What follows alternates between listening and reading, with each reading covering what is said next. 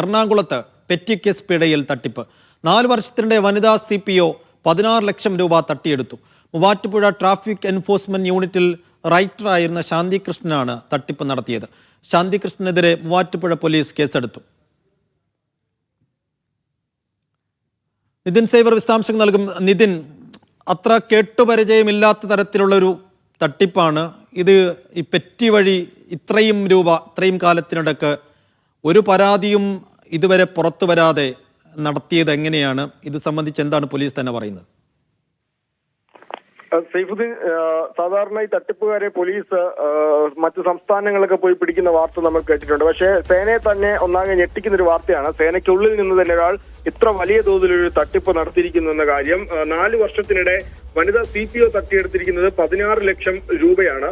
Muvattupuzha traffic enforcement യൂണിറ്റിൽ റൈറ്ററായിരുന്നു ശാന്തി കൃഷ്ണൻ. നേരത്തെ ആ സമയത്താണ് ഇവർ ഇത്ര വലിയ തോതിലുള്ള തട്ടിപ്പ് നടത്തിയത്. 2018 മുതൽ 2022 വരെയുള്ള തട്ടിപ്പാണ് ഇപ്പോൾ പുറത്തു വന്നിരിക്കുന്നത്. 2015 മുതലുള്ള കണക്കുകൾ പരിശോധിക്കാൻ DIG ഇപ്പോൾ ഉത്തരവ് വിട്ടിട്ടുണ്ട്. ബാങ്ക് രസീതുകൾ, ക്യാഷ് ബുക്ക് എന്നിവയിൽ കൃത്രിമം വരുത്തിയാണ് ഈ തട്ടിപ്പ് നടത്തിയത്. ഒപ്പം തന്നെ ഇവരെ എറണാകുളം റൂറൽ SP സസ്പെൻഡ് ചെയ്യുകയും ചെയ്തിട്ടുണ്ട്. നിലവിൽ മൂവാറ്റുപുഴ വാഴക്കുളം പോലീസ് സ്റ്റേഷനിലെ ഉദ്യോഗസ്ഥയാണ് Shanthi Krishna. Muvattupuzha traffic SI T സിദ്ദിഖിനോട് ജില്ലാ പോലീസ് മേധാവി ഈ തട്ടിപ്പ് സംബന്ധിച്ച് വിശദീകരണം ആരാഞ്ഞിരുന്നു. നേരത്തെ DIG ഓഫീസിൽ നിന്നുള്ള ഉദ്യോഗസ്ഥർ സാധാരണ നടത്തുന്ന ഒരു ഓഡിറ്റ് പരിശോധന നടത്തിയിരുന്നു. ഈ ഓഡിറ്റ് പരിശോധനയിലാണ് ഇത്ര വലിയ തോതിലുള്ള ഒരു തട്ടിപ്പ് കണ്ടെത്തിയത്.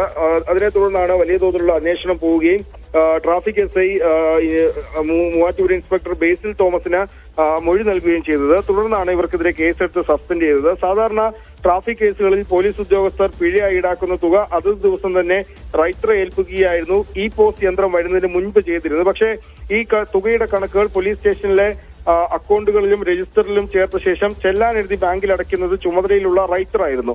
ഈ രസീതുകളിലും രജിസ്റ്ററിലും യഥാർത്ഥ തുക എഴുതുകയും ചെല്ലാനിൽ കുറഞ്ഞ തുക രേഖപ്പെടുത്തുകയും ബാങ്കിൽ അടയ്ക്കുകയും ചെയ്ത ശേഷം ഈ ശാന്തികൃഷ്ണ പണമടച്ച ശേഷം ബാങ്ക് രസീതിൽ ബാക്കി ഭാഗം എഴുതി ചേർക്കുകയായിരുന്നു എന്നാണ് ഇപ്പോൾ കണ്ടെത്തിയിട്ടുള്ളത്. പലതവണയാണ് ഇത്രയും തുകയുടെ ക്രമക്കേട് നടത്തിയിരിക്കുന്നത്. ഓഡിറ്റ് വിഭാഗം നടത്തിയ പരിശോധനയിൽ രസീതുകളിൽ വ്യത്യാസം കണ്ടെത്തുകയായിരുന്നു. തുടർന്ന് ബാങ്ക് അക്കൗണ്ട് സ്റ്റേറ്റ്മെന്റ് പരിശോധിച്ചപ്പോഴാണ് ഈ വലിയ ക്രമക്കേട് കണ്ടെത്തിയത്. സാധാരണ ഡേ ബുക്കും അക്കൗണ്ട് ബുക്കും രസീത് മാത്രമാണ് ഉദ്യോഗസ്ഥ തലത്തിൽ പരിശോധിക്കുന്നത്. ബാങ്ക് സ്റ്റേറ്റ്മെന്റ് എടുത്ത് പരിശോധിക്കാറില്ലായിരുന്നു. പക്ഷേ ഇത്തവണ ഓഡിറ്റിനെത്തിയ ഉദ്യോഗസ്ഥർ ബാങ്ക് അക്കൗണ്ട് സ്റ്റേറ്റ്മെന്റുകൾ കൂടി പരിശോധിക്കുകയായിരുന്നു. ഈ പരിശോധനയിലാണ് വലിയ തോതിലുള്ള ഈ അന്തരം കണ്ടെത്തിയിട്ടുള്ളത്. മറ്റാർക്കെങ്കിലും ഈ തട്ടിപ്പിൽ പങ്കുണ്ടോ എന്ന കാര്യം പരിശോധിക്കുന്നുണ്ട്. മൂവാറ്റുപുഴ DYSP PM ബൈജുവിന്റെ നേതൃത്വത്തിലായിരിക്കും ഈ കേസിൽ അന്വേഷണ ചുമതല നിലവിൽ നൽകിയിരിക്കുന്നത്.